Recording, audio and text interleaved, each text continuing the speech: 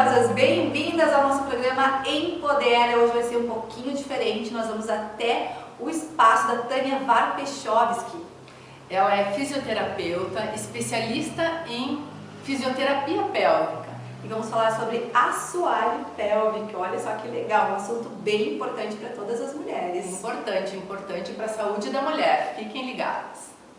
Então, minhas maravilhosas, hoje diretamente aqui do espaço belíssima, com essa belíssima também, maravilhosa, Tânia Varpechovski, que é fisioterapeuta. Seja bem-vinda, muito obrigada por ter aceito o nosso convite, Tânia. Eu que agradeço, Jana, obrigada, por esse convite. E hoje queremos conversar sobre algo que traz muita curiosidade para a mulherada, né? Com certeza. E eu acredito muito que a questão de entender o corpo feminino é muito importante para nós, né?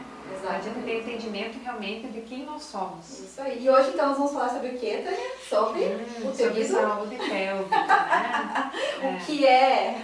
Exatamente. Como podemos cuidar, prevenir, quais as doenças que podem aparecer nessa parte do corpo que a gente não vê, mas que a gente pode sentir de alguma forma isso também. Isso mesmo. Então é um grande prazer estar falando com você sobre isso e falar assim sobre a questão da saúde mais adolescentes, vamos começar falando, né? Que a gente fala tanto da HPV às vezes não entende a importância da vacinação, da educação em relação tanto aos meninos quanto às meninas sobre a importância do HPV e que consequências eles podem gerar para nós, né? Não só lá na adolescência, mas lá na frente, tá? Então, o HPV, quando ele não é tratado, ele é, digamos assim, sexualmente transmissível, tá? E ele gera, então, essas lesões no colo, que são a longo prazo. Então, para o pessoal entender, né, o HPV é um vírus. Ele pode ser controlado, tratado, que nem o vírus gripal pode, mas ele está ali presente. E ele é contraído de onde? Como que faz essa transmissão, digamos? A transmissão, ela é sexual, né? Então, por exemplo, a adolescente lá, né, tem o primeiro relacionamento dela, né? Digamos que o menino não é o primeiro, ele já contraiu, né? Ele passa, só que esse primeiro envolvimento passa despercebido. Então, por isso a importância também das consultas, né? As consultas serem anuais, né? Essa adolescente, ela precisa desse atendimento, ela não pode ter medo dos pais de comentar o que está acontecendo, né? Então, tem um primeiro relacionamento, vamos conversar sobre sexualidade. Não é só a escola, né? Mas a família tem que falar. É importante também, né, cortando já, mas enfim, que os pais também deem essa abertura, que as crianças, adolescentes, então, se sintam à vontade para chegar e conversar com os pais sobre isso, porque muitas vezes a gente barra os nossos filhos. Eu, como mãe de menina, sei que não é fácil, né, a gente começar a ter esse assunto com elas, mas elas também têm que sentir confiança, né, e não apenas medo dos pais, né, para chegar nesse assunto. Exato, porque a vacinação, ela começa super cedo, né, então, para quem que eles estão se vacinando? Né? Eles muitas vezes não sabem o que é, tá? Então, essas orientações eu sempre digo, claro, que respeitando a curiosidade de cada criança, a gente não vai dar informações ali que eles possam entender. Mas a cada momento tem a sua explicação, né, em relação ao tratamento, que já começa por aí.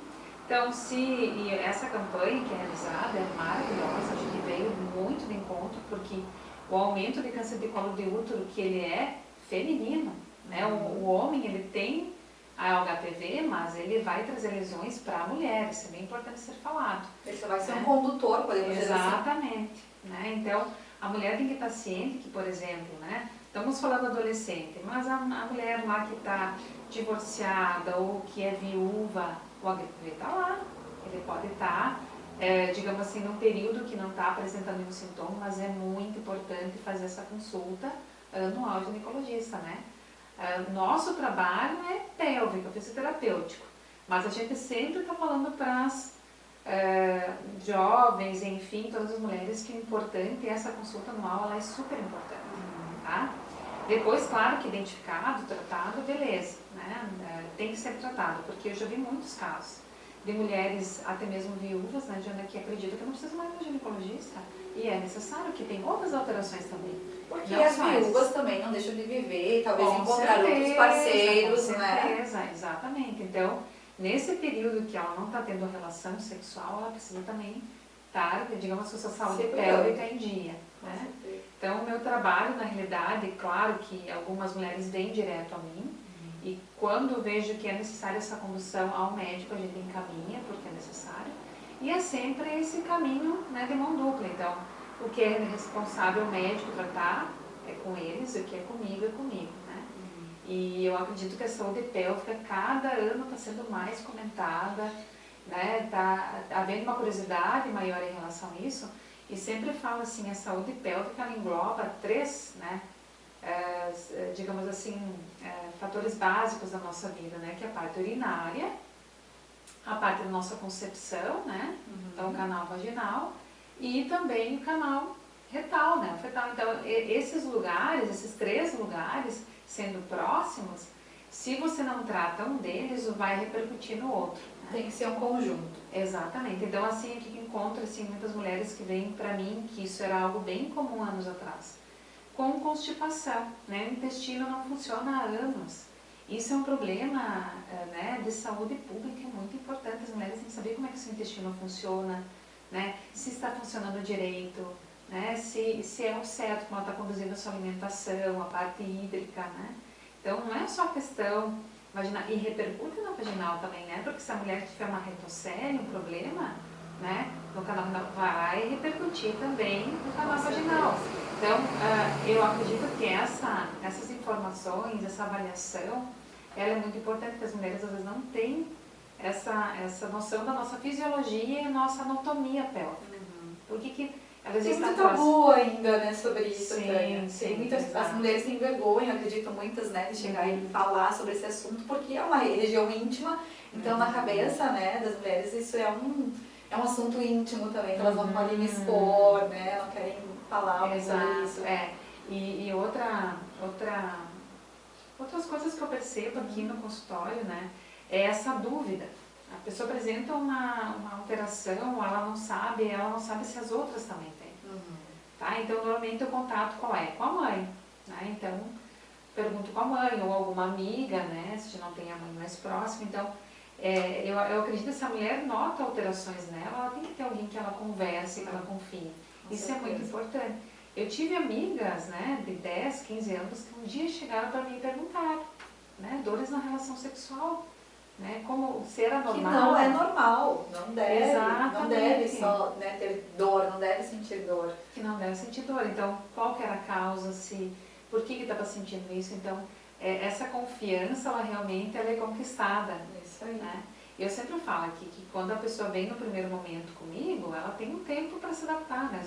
Às vezes é só uma conversa no primeiro momento, né? Uma avaliação mais externa. Vai conquistando a confiança na mulherada. Exato, né? Mas é algo que depois que a mulher aprende como o seu sistema pélvico funciona, eu digo, é outra vida. Né? A mulher se descobre. Então, a gente deu uma dica bem bacana lá na palestra, que é como as mulheres têm que fazer o xixizinho. Posso demonstrar? Devemos demonstrar, porque assim, ó, são detalhes, são coisinhas que a gente não dá importância no dia a dia, mas que fazem toda a diferença para nossa saúde pélvica. Vamos demonstrar, quero fazer junto contigo. Vamos lá, então, como tem que fazer. E assim, o que é importante falar, né, que é algo pouco comentado em relação à incontinência urinária. Que essa força produzida, né, tanto na evacuação quanto na micção, ela é uma causa do problema. Né? Então, por que eu faço todo esse teatro, essa encenação? Porque é muito importante a mulher entender que o ângulo, todo o posicionamento que tem na micção, ele é para um objetivo que é prevenir. Né? Então, vamos lá. Né? Vamos lá, então. Como é que a gente faz? Então, normalmente a gente está lá no nosso banheiro, né? Então, a calça, ela vai até o final. Tira até lá embaixo. Tira até lá ao final, eu brinco, né? Pode estar 0 graus, que não interessa. Azar, aguenta o frio. Azar, né? Então, esse ângulo, ele tem que ser sempre mais aberto, tá? Porque aí eu vou liberar minha musculatura para o canal urinário, então, né? Começar a entrar em ação. Certo. Tá? E essa inclinação que ela existe, então muitas mulheres usam só para evacuar. Não, ela precisa para a micção também. Certo. Porque você relaxa o esfíncter. Entendi. Né? Então ele vai ficar mais, digamos assim, vou mandar uma mensagem para o cérebro, agora é o momento de eu relaxar e fazer xixi, né?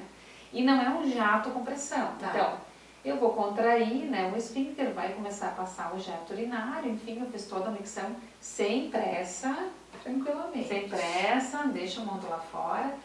Fiz a primeira, o jato, que normalmente é mais longo, contraio o esfíncter, faço mais um jato e faço mais um terceiro jato. Aí sim eu fiz uma micção completa, né? Eu esvaziei, a minha bexiga ficou um resíduo, sim, que faz parte do nosso resíduo natural, digamos assim, né? Entendi. Mas ele está ali para encher novamente. Então nós temos um sistema que é praticamente hídrico, é como se fosse uma caixa d'água, né? Então eu preenchi aquele recipiente, que o nome já é bexiga, né? Por causa disso, né? Remete a um balão, uma bexiga. E aí foi lá, esvaziou todo aquele canal e vai ser preparado para encher novamente. Tem algumas pessoas que usam um banquinho, ajuda? Para levar as pernas ajuda, só que daí o ângulo das pernas também às vezes não ajuda muito. Entendi. O que está acontecendo agora, Jana, que é bem importante, esses dias eu vi uma palestra de uma fisiogerontóloga lá de Brasília, que também se formou no Cruz. É novos posicionamentos para os assentos sanitários. Olha só, gente. Então, assentos sanitários diferentes, né, que respeitam mais a nossa anatomia, né, porque antigamente as mulheres realmente iam aos pés. Eram agachar-se para ir ao banheiro, né, e se perdeu pela questão cultural. Então, hoje em dia, tem assentos sanitários diferentes, tem alguns projetados, então, que vão sair da parede, então vai ser bem mais anatômico. Tudo na tentativa, claro, de auxiliar as pessoas no seu dia a dia. Tanto as pessoas de mais idade, quanto nós mesmos. Então, essa parte de mobiliário também está modificando, porque é necessário, né? Como tu disse, é um assunto de utilidade, de saúde pública, né? Não é uma questão de bobagem. Até questão de segurança, né? Quando a gente vai mudando de idade, então vai ter que ser mais seguro. E há um mercado surgindo para suprir as necessidades também, né? Que joia. E aí, quais seriam os primeiros sintomas, né, que as pessoas devem ficar alertas para que pode ser algum problema aí nessa região pélvica? E que devem procurar alguma então eu vou citar uns, digamos, uns sintomas básicos. Por exemplo, incontinência urinária de esforço, que é aquele sintoma clássico, né? Tossi, espirrei, dei um pulo, isso, ri, enfim. Salta, né, sempre que está úmido ali, né, na calcinha, teve um escape urinário, isso é um sintoma. Outro sintoma que é bem importante falar é quando a pessoa tem urge de incontinência, tem que sair correndo para o banheiro ou vai numa festa e tem que ficar próximo ao banheiro. Urge de urgente. Urge de urgente, tem que sair todo mundo do banheiro, tem fila, não tem, a pessoa desesperadamente pede para ir ao banheiro, que realmente ela não segura, tá? Então são situações diferentes. Uma pode levar a outra? Pode. Pode ser mista? Pode. Né? Então, o problema ele vai podendo ter agravos, né, com o tempo, porque as pessoas ficam um tempo sofrendo. Elas às vezes não aceitam que aquilo ali é um sintoma, elas vão se habituando e se adaptando, né? Então, essa história. Te levando uma festa, ficou bem próxima, aquela última mesinha lá perto do banheiro, eu sento ali. Né? Então, você fica quase que refém, né? Que daí você não vai aproveitar a festa, não vai gerir menos líquido, enfim, né? Você vai ficar refém do banheiro, tá? E tem questões também envolvendo enurese noturna, que é mais comum em crianças, mas tem também em pessoas, digamos, de todas as idades, que é o escape urinário noturno também, né? Então tem vários sintomas, ou escape urinário na relação sexual também, né? Então tem várias situações, né? Ou também, a gente está falando da parte urinária, mas tem escapes também fecais, enfim, várias alterações, às vezes elas vêm associadas, né? Então é importante a mulher prestar atenção, né? Tem dor na relação sexual, tem escape urinário, né? Ou essa urgência, ou faz muitas micções ao longo do dia, tem que ir toda hora ao banheiro e faz um jato menor. Tem uma média que seria o ideal, assim, claro, depende também da ingestão de líquidos. Né? Mas assim, o normal é que uma mulher vá de 3 a 4 vezes por turno no banheiro, né? Então depende da ingesta de líquidos, mas 3 já tá bom, então fui 3 de manhã, 3 de tarde e 2 à noite, já tá ótimo. Mas se ela começa a ir, digamos, 7, 8 vezes pela manhã, ela tá com urge de incontinência. Ao contrário também, né? Que fica segurando. Ela tem Tem que ir, né? A gente faz 2 micções dia. Nossa! Né? Então, ou a ingesta de líquido tá muito escassa, ou está formando o bexigão, que a gente chama, né? O volume da bexiga está aumentando, que é aquela, né, o reflexo urinário. Eu estou segurando cada vez que eu tenho vontade de banheiro, a bexiga vai aumentando de volume, tá? Então, ela aumenta a capacidade, fica uma beleza por um tempo, sim, mas depois que ela resultar em problema, né? Ela é um dos mais difíceis de você tratar, porque você não consegue diminuir o volume da bexiga. Então, você vai mais ou menos fazer um tratamento comportamental para a mulher ir ao banheiro sem ter vontade, tá? Para ela conseguir, pelo menos, contornar a situação. Para nós encerrarmos aqui com chave de ouro, qual seria uma dica ou duas dicas principais para as mulheres realmente terem esse cuidado, prestarem mais atenção na sua saúde pélvica? Bom, o que eu sempre digo de dica em relação à saúde pélvica? Primeiro, esse autoconhecimento, né? Eu realmente sei como é que o meu corpo está funcionando, porque a primeira coisa que eu noto quando eu faço minhas falas, no outro dia as mulheres começam a se observar, né? Então, quantas vezes está indo ao banheiro, né? A gente tem um diário miccionado, quantas vezes eu estou ingerindo, quanto de água? Ah, eu estou tomando muita água, mas muita quanta, né? Quantificar essa água. São 2 litros? É 1,5 litros? Que tipo de líquidos eu estou ingerindo também, né? Que qualidade? Eu estou tomando água, só água ou mais sucos, ou mais café, chimarrão, né? Tem que ter um equilíbrio nisso. Então, primeiro, esse autoconhecimento, saber o que eu estou ingerindo de líquido, como é que está no sistema urinário, e é claro, né? Consultas anuais, né? Ao ginecologista, se tem curiosidade de conhecer a parte pélvica, fisioterapeuta, se o solo pélvico está fortalecido, né? A gente avalia a força do solo pélvico, sim, que é algo que nossos colegas da parte de ginecologia não fazem, né? Então fica aí o convite, né? Se querem ver como é que está a saúde pélvica, fortalecimento do seu solo pélvico, estou à disposição. E como que faz pra gente achar a doutora Tânia? Bom, então assim, meus atendimentos são aqui no Espaço Belíssima, né? No Selva, nós temos as redes sociais. E claro que a gente está receptiva a outros lugares, né, para levar assim, a saúde pélvica, mas com certeza estou aqui à disposição, né? E claro, a gente pode depois passar, enfim, contatos, né, que é muito importante. Mas fica aí meu convite, porque eu acho que é muito importante as mulheres entenderem, mesmo que seja uma região tão oclusa do nosso corpo, que a gente não enxerga ela, só enxerga o seu final, né? Que é importante e faz parte da nossa vida profundamente, né? Nós somos mulheres por causa da pelve. Com certeza. Obrigada, Tânia. Com certeza aí vai inspirar, vai trazer mais informações para todas as nossas maravilhosas que estão nos assistindo. E mais uma vez, obrigada. Fico muito feliz que você tenha aceitado participar. Eu que agradeço, né? E novamente fica o convite, né? Quem quer saber a sua saúde pélvica, vem aqui que a gente conversa e faz uma excelente avaliação para vocês. Isso aí, obrigada. Tchau, meninas. Beijão. Beijo. E aí, mulherada, gostaram? Anotaram todas as dicas? Você anotou aí, Dani? Todinhas, uma listinha ali muito bem feita. Com certeza. Então, meninas, por hoje era isso. Nos vemos no nosso próximo Empodera. Até lá. Até lá, um beijo.